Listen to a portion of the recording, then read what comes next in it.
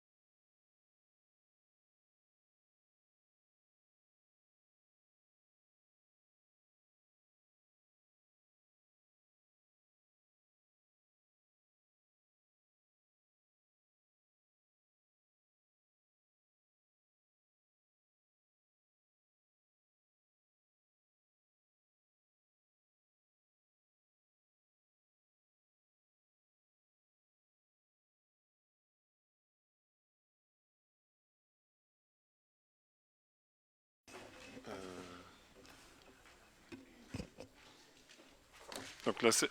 Le quorum, 1, 2, 3, 4, 5, 6, 7, 8, 9, 10.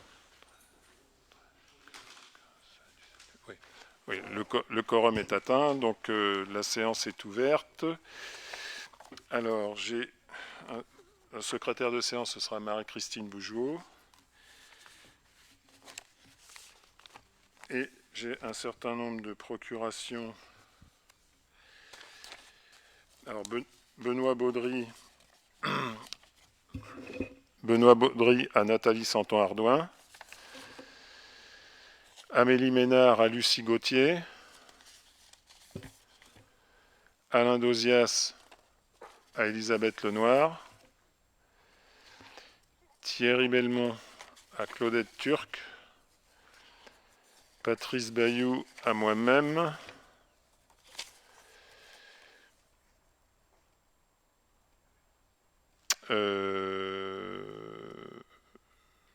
Stéphanie Allais à Aurélie Chausse-Pied. Magali Perlier à Julien Seyé. Philippe Tessereau à Marie-Vonne Maignan.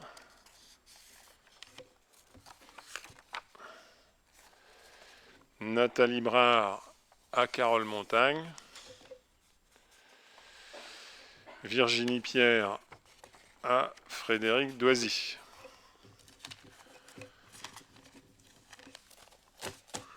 Voilà.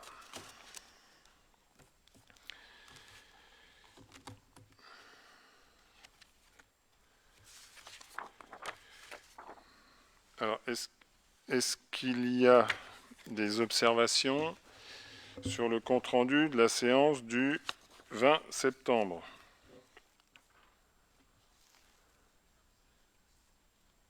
Alors, j'en ai une petite D'ailleurs, je vais passer la parole à Jean-Jacques Fallour pour cette petite remarque, puisqu'il y avait une question qui avait été posée par Alain Dozias. Oui, ça concerne la délibération de la vente de la maison sur la rue des Tisserands. Donc on nous avait interrogé sur le prix d'acquisition de cette maison. Donc on l'a achetée en juillet 2013 au prix de 53 000 euros. Et on Et on l'a l'a revendu. revendu 50 000. Ouais. Ouais.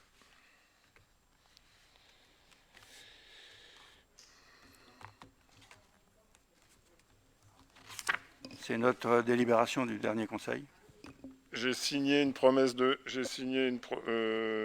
une promesse de vente sous réserve de un compromis, pas un compromis pour les voilà. Donc il n'y aura plus qu'à signer après la vente définitive sous forme de sous condition d'obtention de prêt. Voilà.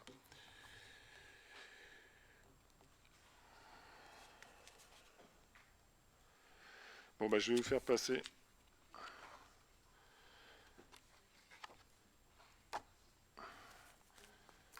Allez, je vous fais passer ça. Attends, je vais signer moi. Ça sera signé, puis...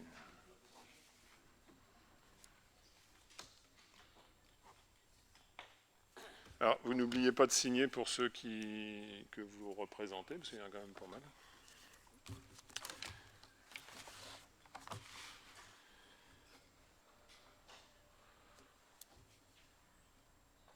Alors, j'avais en question, qui n'est pas vraiment une question citoyen au Conseil, puisque c'est une question qui est arrivée 2 fois par NeoCity, et c'est pas tout à fait la même chose. Quand pour les questions au Conseil, on écrit à maire@beaufortenanjou.fr, et mais ça n'a rien à voir avec NeoCity. Donc il s'agit d'une question qui avait été posée par Monsieur Lavoute concernant, et on va voir d'ailleurs dans la réponse à NeoCity à pouvoir répondre de façon plus rapide. C'est sur l'état, d'ailleurs ça avait été évoqué, sur la rue de la Chaussée.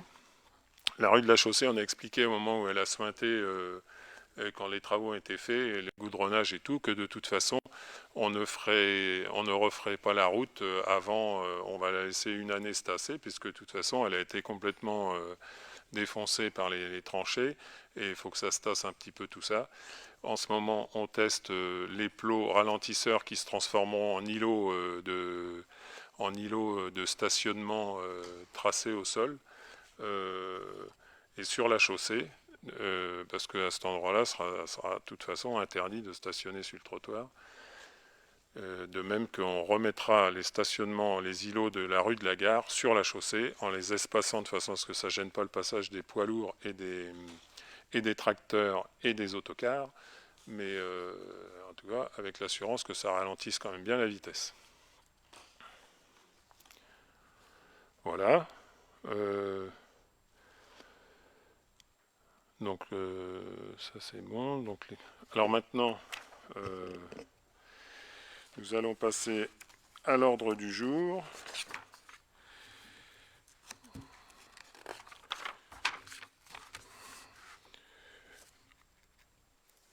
Vous avez un certain nombre de décisions qui ont été prises, que j'ai prises par délégation du conseil municipal.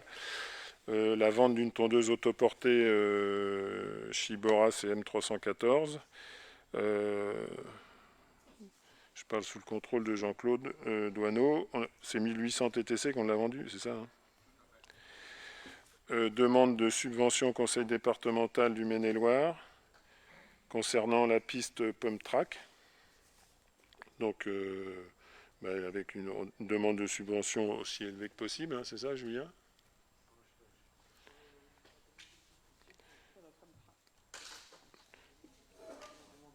Donc, ce qu'on demande apparemment, c'est une subvention de 20%, 9 610 euros 55, hein, c'est ça? Ouais. Voilà. Ensuite, Demande de subvention aussi au conseil départemental concernant les abris vélos.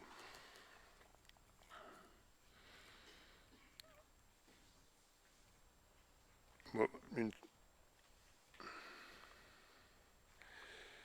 ah ouais, c'est une subvention de 20% toujours. Et puis alors des fonds leaders, 60% sur études. C'est ça. Donc il n'y a plus qu'à souhaiter que ça soit accordé. Réalisation d'un contrat de location d'un appartement en colocation. Loyer mensuel, vous l'avez, 191,25 avec des charges mensuelles à 80 €. Et ça, c'est un vrai succès et on a bien l'intention de continuer à développer ça. Le locatif meublé. Alors, le conseil municipal, la première délibération de ce jour, il n'y a pas de questions sur ce que je viens d'évoquer avant. Non. Le conseil municipal a positionné à la salle Plantagenet les dispositions concernant la Covid ont pris fin au 31 septembre 2021. Mais même si, à l'heure où on a écrit, les conditions sanitaires semblaient s'améliorer, aujourd'hui elles semblent aller dans l'autre sens. Donc la salle du conseil n'est pas propice pour l'application des mesures sanitaires en vigueur. Et je vous propose de maintenir provisoirement le lieu de réunion du conseil à la salle ici même, à la salle des Plantagenets. Et il est... Voilà, je vous propose... vous êtes d'accord là-dessus? Il n'y a pas d'avis contraire ni d'abstention. Non, parce qu'il faut que le conseil vote. Pour que les délibérations soient légales, il faut faut décider de l'endroit. On ne le décide pas comme ça. Voilà. Bon, donc ce sera embêtant que tout le travail qu'on fait derrière soit à refaire. Bon, je vous remercie. Vente. Alors le deuxième point, il s'agit de la vente de bâtiments commerciaux rue Charles de Gaulle. Jean-Jacques.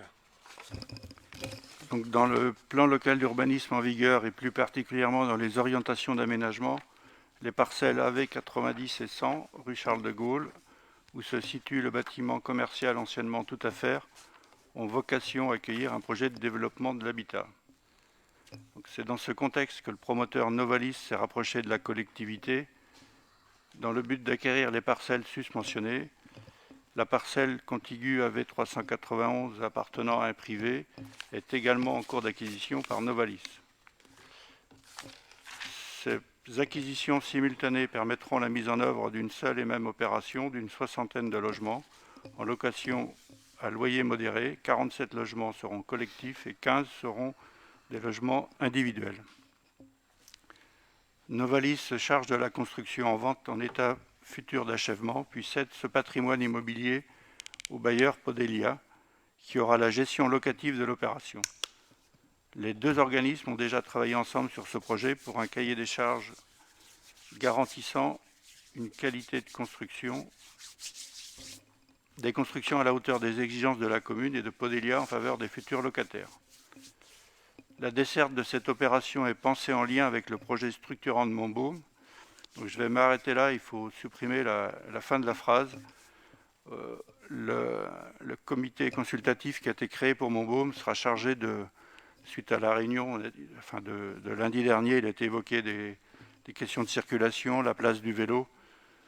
Je pense que, je suis sûr même que le comité consultatif va être saisi pour se prononcer sur les aménagements qu'il sera opportun de mettre en place. Ces questions d'accès et de liaison ont été travaillées donc, entre la commune, Alter et Novalis lors d'une réunion conjointe. Alter a d'ores et déjà intégré ce projet dans les réflexions pour la faisabilité du projet de Montbaume en cours. Donc, comme je vous le disais, cette opération a été présentée aux deux commissions, la commission Images de la commune et en commission Solidarité, Animation de la vie sociale et de l'habitat, lundi dernier. En lien avec l'estimation des domaines, la société Novalis a accepté l'acquisition des parcelles au prix de 280 000 €. Je peux peut-être préciser que nous avions acheté le bâtiment 250 000 €. et que l'estimation jointe fait état que Novalis, dans un premier temps, nous a proposé 250 000 euros. Et après échange et discussion, il a été d'accord pour se mettre au prix de l'estimation des domaines, qui était de 280 000 euros. Il vous appartient d'en délibérer. Enfin, si vous avez des questions complémentaires par rapport à ce qui s'est échangé suite à la réunion. Avez-vous des questions? Oui. Moi, j'étais pas à la réunion parce que je ne pouvais pas venir. Donc, on n'a pas du tout d'autres documents. Le vote, ça porte bien sur la vente, mais pas sur le projet. On est d'accord? Ça porte sur la vente de l'immeuble et je peux vous, d'ailleurs, je comptais vous en informer. Je peux vous dire que compte tenu des questions qui ont été posées, dès que vous aurez accepté la vente, demain, moi j'écris à Novalis avec pour des points précis à améliorer, à compléter, enfin à revoir même, dans le but de l'obtention du permis de construire. Ça c'est clair. Notamment dans les stationnements, les trottoirs, enfin bon, tout ce qui a été évoqué, on va le repréciser demain et j'enverrai une lettre recommandée pour que personne puisse dire qu'il n'a pas reçu la lettre. Voilà. Merci, c'est ce que je voulais savoir. Parce qu'apparemment, il y a plein de questions qui sont restées en suspens. Donc. Oui, oui. Ah bah, de toute façon, on vous a présenté un projet pour qu'on puisse, je dirais au moins, délibérer et vendre. Bon, je pense que c'est intéressant, mais il y a des améliorations évidemment à apporter. C'est quand même l'entrée et la sortie de Montbaume.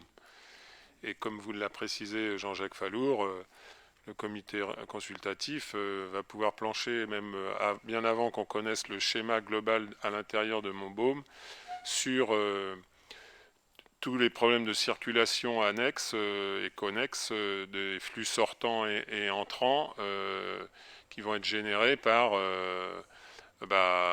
210 logements, hein, quand même. On en est avec ce qu'on nous a présenté la semaine dernière, plus les 150 actuels de Alter, et encore, moi je ne désespère pas d'en avoir encore un petit peu plus, et tout ça fait de façon... faut bien qu'Alter comprenne que ce qu'on demande là, ils l'ont jamais fait, c'est pas un lotissement, c'est pas un quartier serré, c'est un quartier de ville qui doit, c'est le cœur de ville qui s'allonge qui s'avance vers le collège, qui raccroche le collège au cœur de ville, et c'est le cœur de ville qui s'étend. Et il faut là-dessus une cohérence architecturale avec le côté patrimonial de Beaufort. Donc on va se revoir aussi avec Alter. Voilà. Est-ce qu'il y a d'autres questions? Oui. C'est encore une question. Je suis étonnée que ça apparaisse maintenant, alors que fin 2020, on a voté pour un plan de logement et qui n'en faisait pas partie. Donc, parce qu'on n'avait pas le projet là, il y a un an.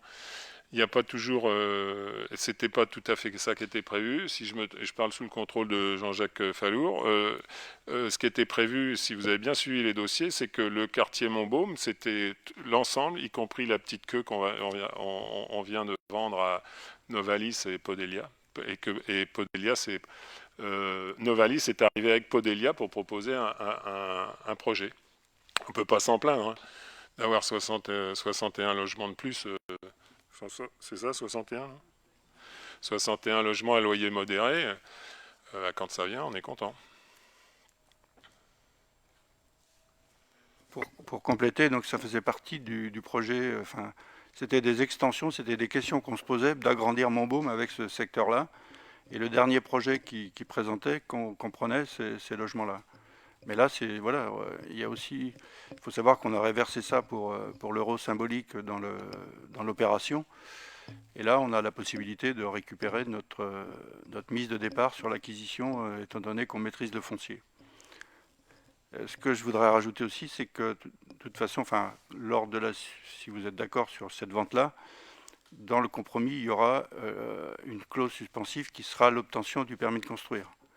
Et comme c'est la collectivité qui délivre le permis de construire, donc voilà, la vente ne sera effective que quand le permis de construire sera accordé et qu'on respecte bien sûr la réglementation. Ça a été évoqué à la réunion, mais enfin, ce n'est pas l'objet du débat. Le projet respectera toutes les réglementations en vigueur. Enfin, je ferai remarquer aussi ce que tu nous rappelais tout à l'heure, c'est que c'est la première fois qu'un promoteur privé s'intéresse avec une telle importance à notre ville, hein. Donc c'est plutôt bon signe. Et c'est plutôt un signe d'attractivité et bien la confirmation de notre rôle de petite ville-centre. Est-ce qu'il y a d'autres questions? Il n'y a pas d'autres questions. Alors, est-ce qu'il y a des avis contraires à cette vente? Abstention? Il n'y en a pas, je vous remercie. Alors, autorisation de remisage de véhicules de service. Là, je vais laisser faire Jean-Claude Doineau. Oui, parce que Alors, les agents de la commune utilisent les véhicules de service pour effectuer leur mission. Il convient de rappeler la différence entre véhicule de fonction et véhicule de service. Un véhicule de fonction peut être défini comme celui qui est mis à disposition d'un agent de manière permanente en raison de la fonction qu'il occupe. Il en a l'utilisation exclusive, même en dehors des heures et des jours de service et des besoins de son activité. Il n'y a pas de véhicule de fonction dans notre collectivité. Un véhicule de service est utilisé pour les besoins de leur service, donc pendant les heures et les jours de travail. Il faut faire l'objet d'une autorisation de remisage au domicile de l'agent. C'est ce que je vous propose pour mettre en place aujourd'hui. Le comité technique a été consulté le 18 octobre 2021. Il vous appartient d'en délibérer. Avez-vous des questions? Oui. On a combien de véhicules concernés par ce problème de remisage? Ouais. Là, je dirais que c'est plutôt ponctuel, c'est par rapport à des besoins ponctuels. Voilà. D'accord, ok. Est-ce qu'il y a d'autres questions? Pas d'autres questions? Est-ce qu'il y a des avis contraires à cette délibération? Il n'y en a pas. Abstention? Il n'y en a pas non plus. Je vous remercie. Alors, les lignes directrices de gestion et taux de promotion pour l'année 2021. En fait, ce qu'on vous propose est assez simple, hein, c'est que en ce qui concerne les avancements, on avait parfois pas, on pouvait pas forcément tout prendre. On vous propose, en ce qui concerne l'avancement au grade de rédacteur principal première classe et assistant des bibliothèques principales première classe, adjoint administratif principal première classe, adjoint technique principal de première classe, adjoint technique principal deuxième classe, adjoint d'animation principal première classe et avancement au grade de brigadier chef principal. Je vous propose 100%, c'est-à-dire prendre les demandes qui vont venir. Voilà. Avez-vous des questions ou des observations? Il n'y a pas d'avis contraire, pas d'abstention. Je vous remercie. Alors, création de postes pour permettre les avancements de grade, justement. Il s'agit de créer, à compter du 1er novembre 2021, un emploi d'assistant des bibliothèques principales première classe à temps complet, un emploi d'adjoint administratif principal de première classe à temps non complet, 32,5 35e, un emploi d'adjoint technique principal de première classe à temps non complet, 32 35e, un emploi d'adjoint technique principal de deuxième classe à temps non complet, 31 35e, un emploi d'adjoint d'animation principal de première classe à temps complet, un emploi de brigadier chef principal à temps complet. Et je vous précise que le chapitre 12 du budget est suffisamment abondé.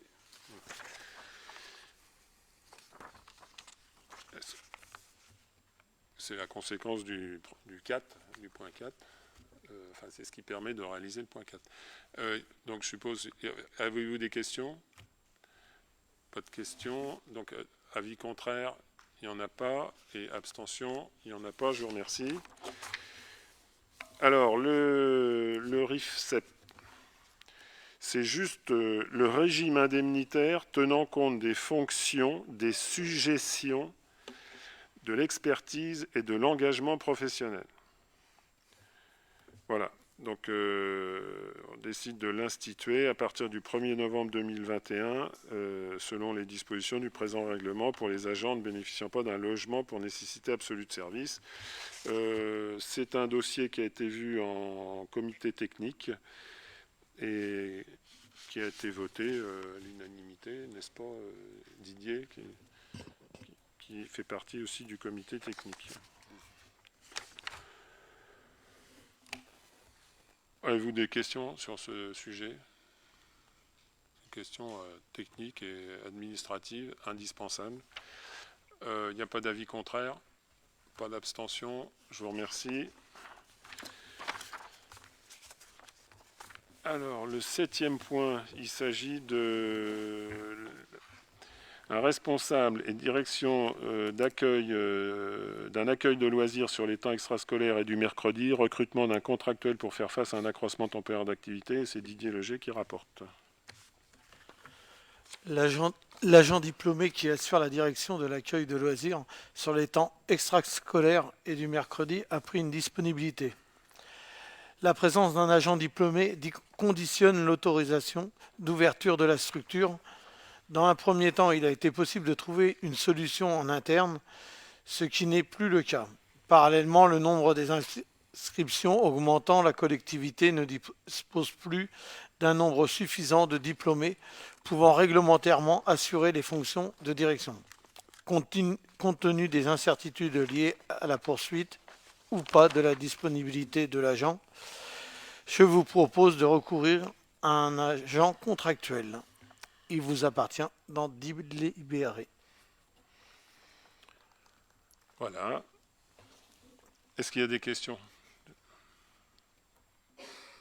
Pas de questions, pas d'observation non plus. Alors, est-ce qu'il y a des avis contraires? Il n'y en a pas, je vous remercie. Abstention? Il n'y en a pas non plus. Merci. Alors, le point 8, il s'agit de la création d'un poste d'attaché territorial pour le centre d'animation sociale Valais. C'est Frédéric Doisy qui présente. Oui, depuis le mois de mai dernier, donc, le directeur du centre social a démissionné. Et depuis cette période-là, nous avons une personne qui tient le rôle de directeur en intérimaire, on va dire ça, depuis le mois de mai. Cette personne a été mise à disposition par la Fédération des centres sociaux. Donc, il convient donc de créer un poste d'attaché territorial, les missions relevant de la catégorie A. Et il est loin, vous m'entendez pas bien. Et là, j'ai pas tout défait, là. Et donc de recruter une personne relevant de la catégorie A et de prévoir la possibilité de recruter un contractuel dans l'hypothèse où l'appel à candidature ne permettrait pas de recruter un titulaire et un stagiaire. Donc ce directeur aurait pour mission donc l'animation dans le cadre de l'entente Valais, de créer de tout organiser, et ça serait à partir du mois de novembre. Voilà. Je cherche mon truc, voilà. Est-ce qu'il y a des questions? Est-ce qu'il y a des questions? Est-ce que je rappelle le rôle du directeur du centre social là? Oui, tu peux. Alors, connaître les institutions et les partenaires sociaux, être en capacité d'appréhender rapidement le territoire et ses problématiques, avoir le sens de l'initiative, avoir des aptitudes au management d'équipe et puis maîtriser bien sûr l'outil. Donc c'est créer un lien entre les différentes communes de la vallée et que des actions puissent s'organiser dans toute la vallée. Hein. Donc il coordonne, il anime, il assure la gestion financière, dans le cadre de dynamique participative, il conçoit et conduit des projets d'animation. Il est partie prenante du développement social en lien avec les élus et les services des 4 communes de l'entente.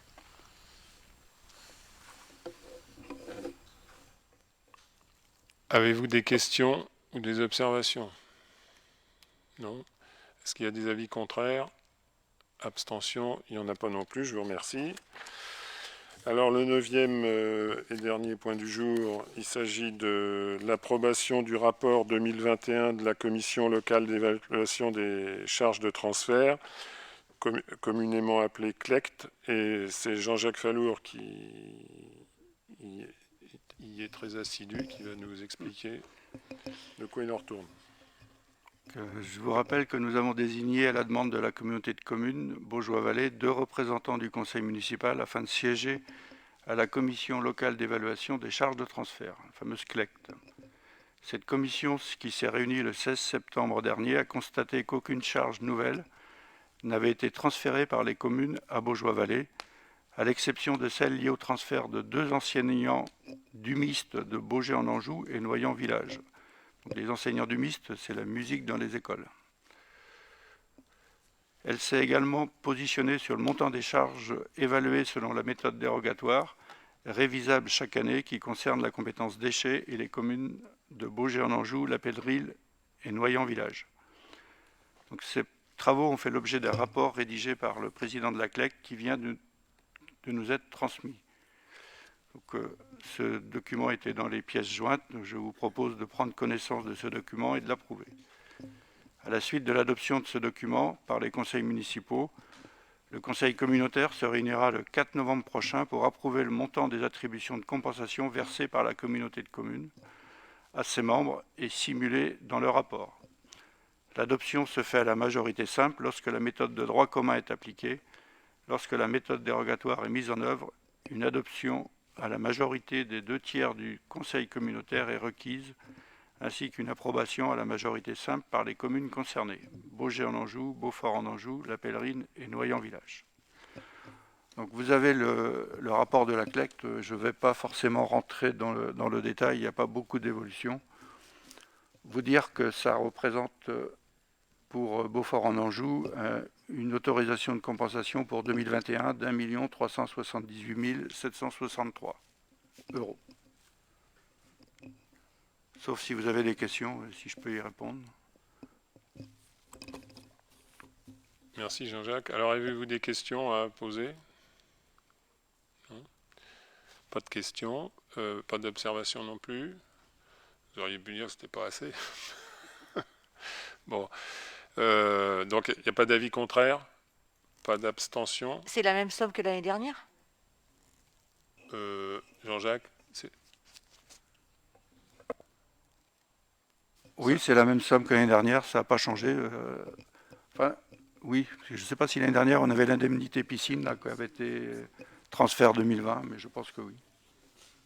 enfin, c'est la même. Globalement, sur l'année, c'est la même somme. Peut-être pas au moment du vote, du premier vote, mais c'est globalement, c'est ça que tu veux dire. Parce que je me demande si ce qu'on a touché à cause de la fiscalité, on ne l'a pas eu en 2 temps. Je crois. Voilà. Donc mais c'est la même chose. Bon. Eh bien, alors, j'ai quelques-uns. L'ordre du jour est épuisé, mais pas nous.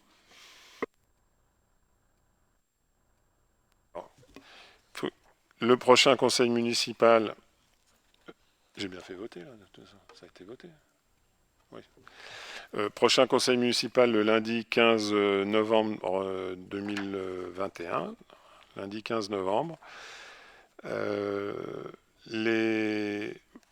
On vous présentera les nouveaux agents qui sont arrivés, qui sont en poste, et on vous présentera en même temps aussi ce jour-là l'organigramme, enfin les 2 organigrammes, l'organigramme fonctionnel et l'organigramme hiérarchique. Comment? J'ai pas fait voter la CLECT? Bon, pardon, c'est ça que je demandais. Il me semblait que j'avais pas fait voter. Est-ce qu'il n'y a pas d'avis contraire? Si, j'ai pas posé la question, s'il n'y a pas d'avis contraire ou pas d'abstention. Bon, ben voilà, merci.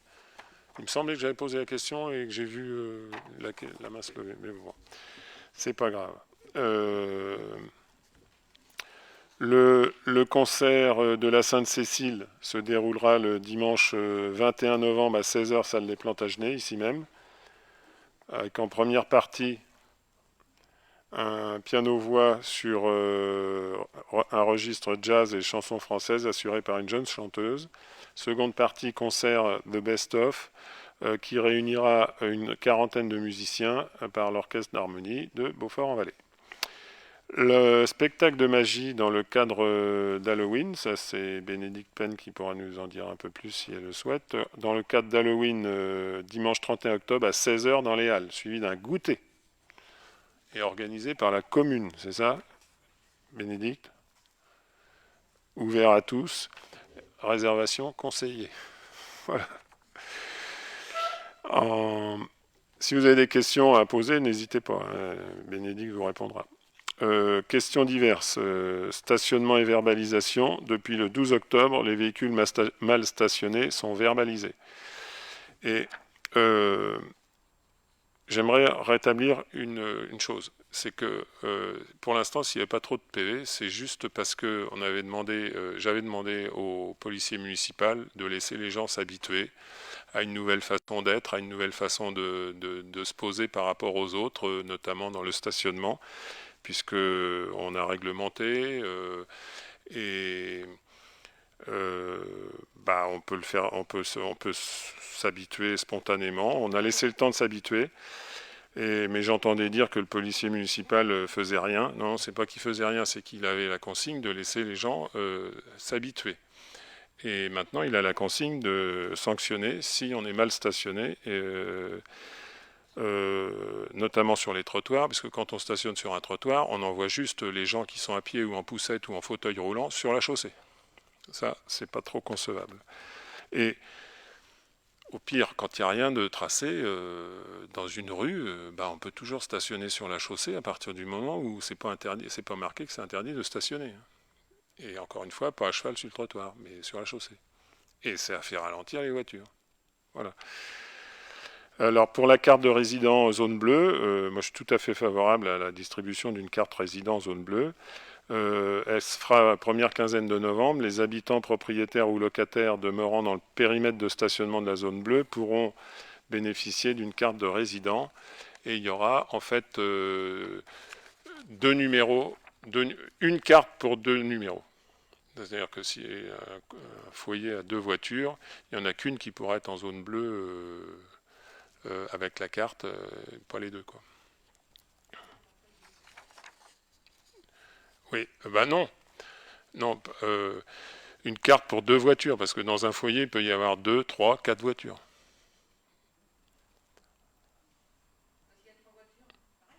Non, il y aura que non, il y en a que 2 de marqués, parce que en principe, les autres voitures, c'est les enfants ou autres, donc c'est ce qu'on pense, quoi. Après, on verra comment ça se passe, mais disons que ça permet, en carte de résident, ça permet de s'il y a une des deux, quand on part, si on n'est pas obligé de laisser la voiture 8 jours dans la zone bleue, mais on peut être en marge de la zone bleue. Mais voilà, c'est juste ça que ça veut dire. Mais il n'y aura pas on fait la zone bleue pour donner plus d'accès au commerce. C'est pas pour que les résidents mettent 2 voitures en même temps. Du reste, quand je disais que on a pris moi, je me rappelle quand la zone bleue a été mise en place, il n'y avait plus personne qui stationnait sur la place. Mais ça avait fait le même effet à Baugé. Au début, c'était comme ça, puis après, il a fallu qu'aussi à Baugé, il y ait à un moment donné, des sanctions et des contraventions pour qu'on respecte la zone bleue et qu'on n'oublie pas de mettre le disque. Voilà. Je peux apporter une... C'est bien d'avoir mis la carte parce que je me rappelle qu'à la réunion publique qu'il y avait eu, c'était hors de question. Ah ben, Et du coup, ça a changé de vue, donc c'est très bien. C'est ce que les gens demandaient aussi. C'est pas moi qui ai dit ça en réunion publique. Hein. Ah, je sais plus. Non, tu l'as dit. Non, c'était avant. Opération sécurité. Hein? Alors, opération sécurité, Julien, tu peux en parler sur la ville et les gilets. Courant novembre, on va distribuer des gilets fluo à tous les enfants des écoles primaires et maternelles de Beaufort et à aux collégiens de Beaufort aussi, dans le cadre d'une action de prévention avec la gendarmerie et la police municipale. Je profite de la petite aparté sur le vélo pour vous inviter de nouveau à répondre au questionnaire de la Fédération des usagers de la bicyclette. Baromètre des villes cyclables, il nous reste quelques réponses pour pouvoir avoir les 50 nécessaires pour être analysés par la fédération. Donc n'hésitez pas à partager autour de vos amis, familles, etc. qui résident sur Beaufort. On serait la 5e ville du Maine-et-Loire à rentrer dans le baromètre de la FUB. Donc ce serait important d'avoir un avis représentatif et neutre élaboré par la FUB. Et ben voilà, on lance un appel puisqu'on est en direct regardé par les Beaufortais. Bon, bah allons-y. Combien il en manque? 4. 4.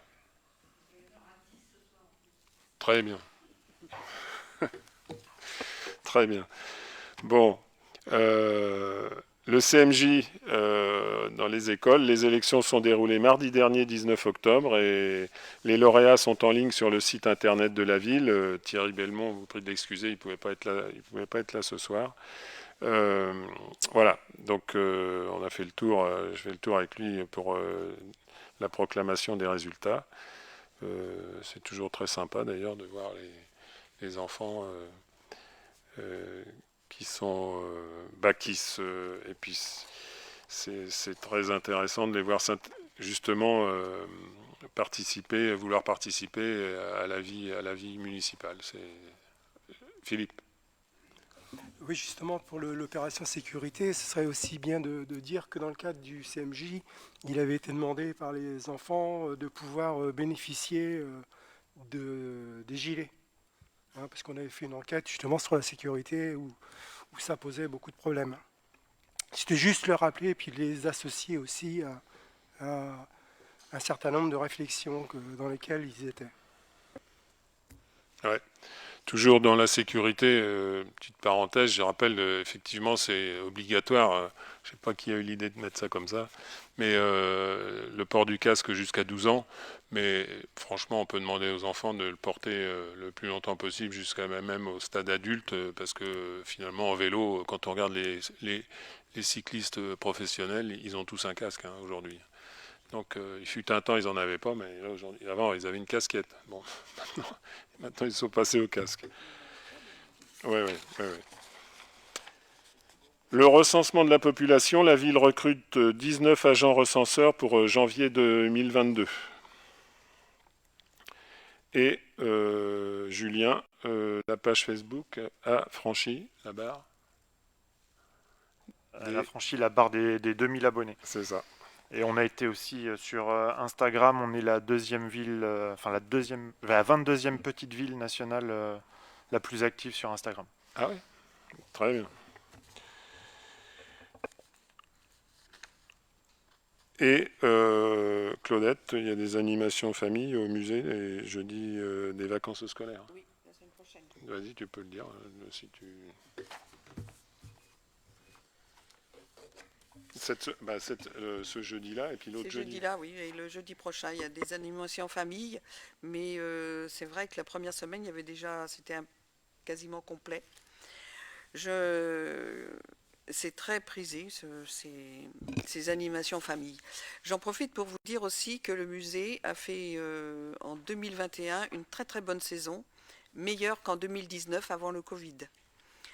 Il y a les Beaufortais, les Angevins, il y a eu beaucoup de touristes qui sont venus visiter le musée. L'exposition a bien plu et donc elles étaient très contentes et nous aussi. Voilà. Et ça continue. Je pense qu'on a des bonnes animatrices qui font valoir le musée et pas que celui de Beaufort, puisque c'est la dame, donc Baugé et Parcé-les-Pins aussi. Voilà, si vous avez des questions.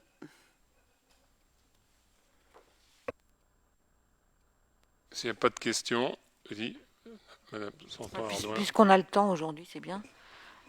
Non, je voudrais savoir quand est-ce que seront créés les comités théâtre, cinéma et la commission accessibilité, qui normalement est obligatoire. Oui, la commission accessibilité va être créée incessamment sous peu, puisque de toute façon, elle est obligatoire. Maintenant que on y voit plus clair dans l'organigramme. Par contre, les autres théâtre et vous avez dit? Oui, bah c'est pas l'urgence absolue pour l'instant, mais ça va venir. Ça va venir, ne vous inquiétez pas. Mais bon, créer le comité consultatif pour dire, sans avoir